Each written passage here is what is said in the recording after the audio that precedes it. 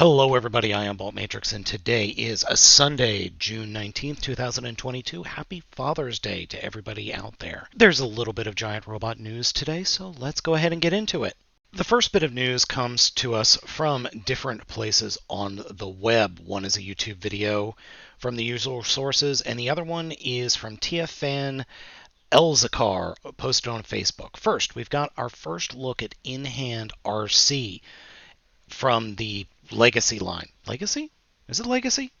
Studio Series RC. Sorry, not Legacy. Jesus. So the thing that I wanted to talk about is we've got confirmation that her backpack is removable. So her backpack can fully come off. This is the entire rear end of the vehicle mode. And we've got a comparison of her and the original RC figure that wasn't very good, from Earthrise specifically. So as you can see, here is the new figure in the middle, and here's the other one.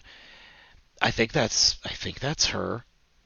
I honestly can't tell anymore. Everything's starting to blur together. I don't know, I'm old. Oh, and that's the new Elita 1. I really like the look of that new Elita 1 figure. That's really a good looking figure. And this new RC figure, it looks fine. It looks fine. I just wish the Earthrise one was better. And then we've got our first look at in-hand images of Studio Series Galvatron. And the more I see of this figure, the less I like it. I don't know what it is about this paint job that just irks me. It's like the chrome is popping out the wrong components, and it just doesn't look good to my eye. I just don't like it. And I'm wondering if there's going to be a repaint of some sort, or if my buddy Grimlockamus or other customizers can get a hold of it and just paint it up to look better. I don't like it. No, sir, I don't like it. It just looks badly proportioned, and we'll get to the vehicle mode in a minute. Yeah, I'm not feeling it at all. In fact, the original movie figure, which wasn't great, looks way better than the new Studio Series figure does, to my eye. And then we've got comparisons. And then we've got the alt mode. And I'm sorry, but come on. Look at all that kibble on the back. That does not work for me at all. I don't think that looks good in the least bit. And the truck mode itself from the front looks fine. But here's the original truck mode.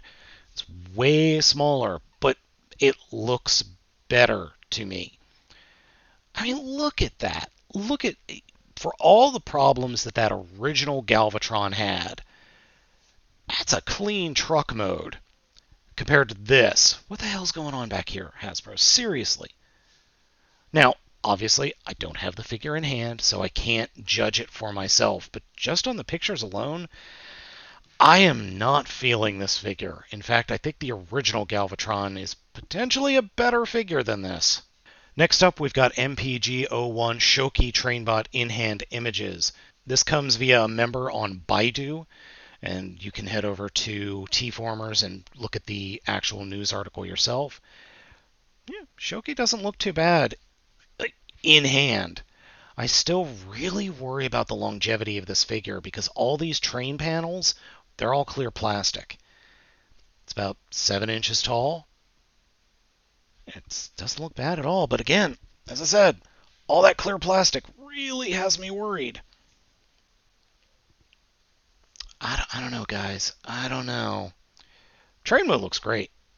Wow, that train mode is huge. Wow. That is a lot bigger than I thought it was going to be. Holy moly. That train mode is significant in length. Wow. Okay, so there's the robot under here. And then the front is obviously the front component. Oh, but the front component is attached. It doesn't disconnect. Okay, that I didn't know. Man, it doesn't look bad at all. It really doesn't. Now, of course, these are not great cell phone pictures, but I don't know. I don't know what to think. It doesn't look bad. It really doesn't. It's a little bit on the small side, but it scales with recent or more recent-ish MP figures. But I'm really hesitant because of all that clear plastic.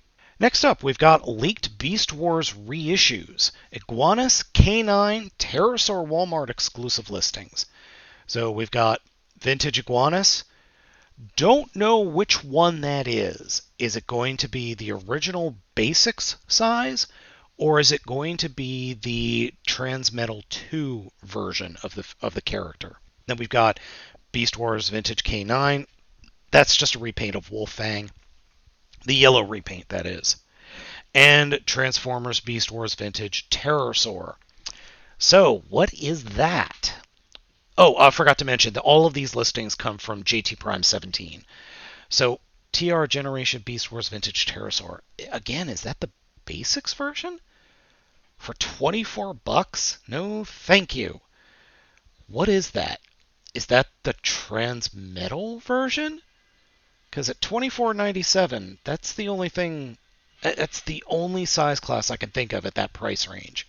Next up, we've got some news about the new anime Gundam, The Witch from Mercury. We've got anime reveals staff, story, and characters, and some mecha.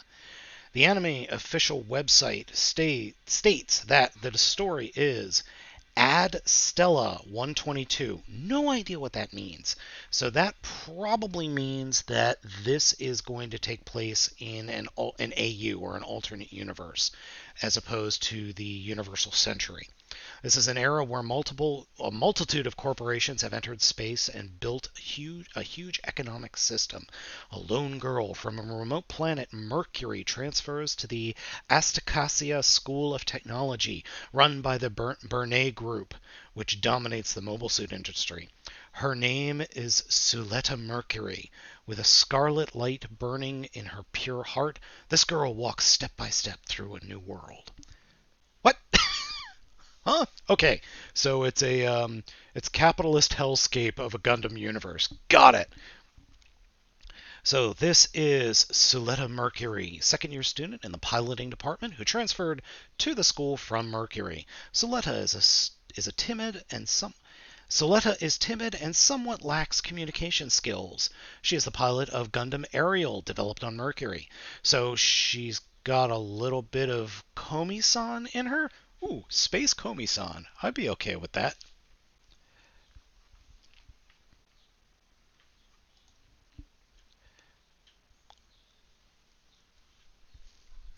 And here is the Gundam Ariel. And it's different. It's different. I don't hate it. I really don't hate it. It's real weird. I don't think we've gotten a Gundam like this in a while. It's got a lot of Reconquista vibes, and it's got a silhouette of iron-blooded orphans. It's very unique.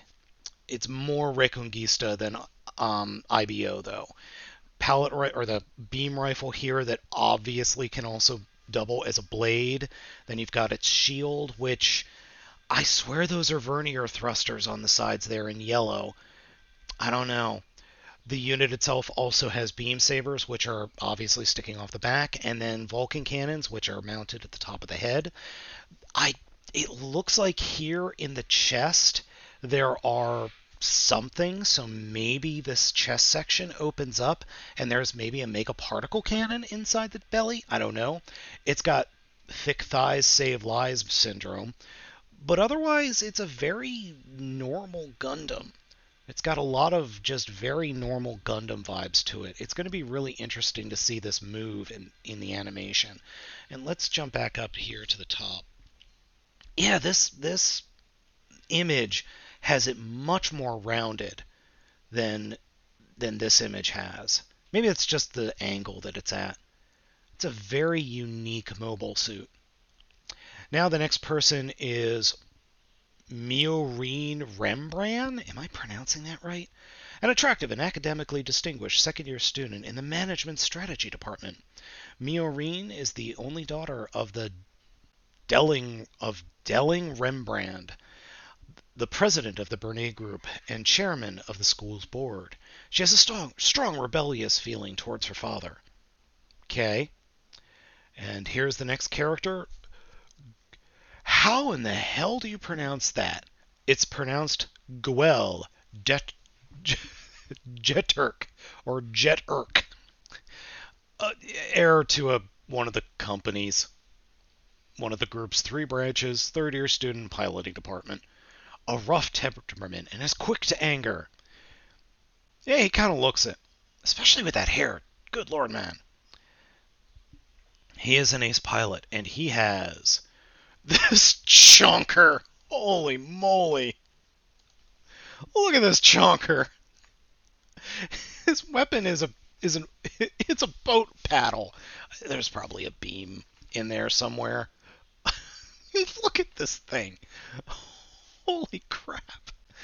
Oh, I don't even know what to make of this. I don't even know where to start.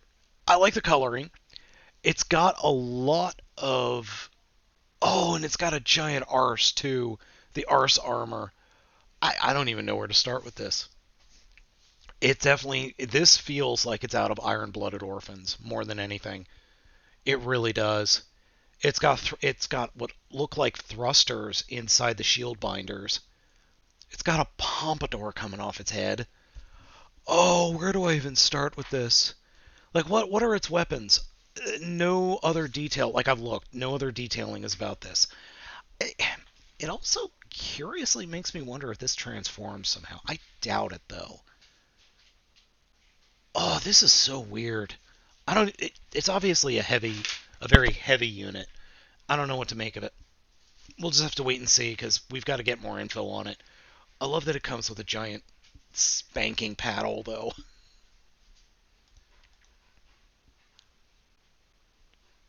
Next is Elancers Top Pilot, backed by another group. Third-year student in the piloting department. Taciturn and solitary person who doesn't open his heart to anyone in school. Has an interest in Soletta. And he pilots the Gundam Pharact. I've got to admit, this is a really interesting unit. It's obviously a high mobility unit that is good for sniping and long range. I don't know what these red components are, but otherwise, yeah, this is a neat looking mobile suit.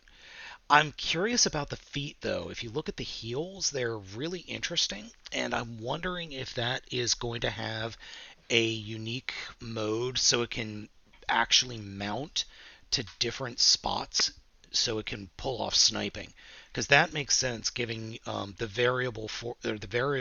variability of the heel, so that can move around and actually get different purchases on different spots. That's interesting, and I don't know. I don't know. Other than the fact that it looks like it's a high-speed unit with the sniper rifle. No other information. Oh, look at those elbows. So specifically what I'm referring to is this section over here. I'm trying to scroll to the side here. Those tell me that the arms can move in different angles. There's no, like, actual elbow. So it's like a multi-joint where it can go more than 90 degrees. It could probably do a full, maybe about 720. You could get a 720 bend out of those elbows. Huh. That this is an interesting unit. It's definitely more interesting to me in a functionality capacity than that big purple chonker we just looked at. Next up is Shadiq Zanelli, adopted child of CEO of one of the other corporations. Third-year student, piloting department, who leads Grassily House? No idea what that is yet. Let's see. All still a student, Shadiq has shown his skills in business, too. He's a candidate for the next generation executive. Cool. And Michaelis? It's not a Gundam, but it is an interesting looking mobile suit. Obviously here on the left hand we've got a blaster of some sort. No idea what's going on with the right hand. That might be some kind of cannon, or maybe these are bit units that detach, or it looks like they might fold out. Don't know. It's got shield binders on the outside of the bottom legs, though, or the lower legs. Very weird. Very weird. It's going to be interesting to see what this thing's capable of.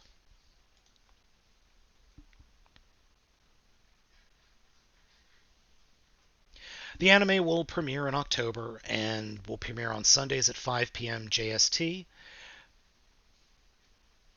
The project will also include a prequel anime titled Mobile Suit Gundam: The Witch from Mercury Prologue. Bandai Namco described the prequel as a full-fledged project which will feature its own story and mobile suits. Well, wait. Then if it's a prequel, how is that going to tie in at all to the full show? Weird.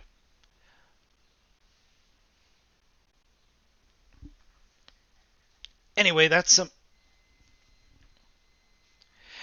some base information on Gundam Witch from Mercury. I'm looking forward to the series. We still have a couple of months to go when this airs.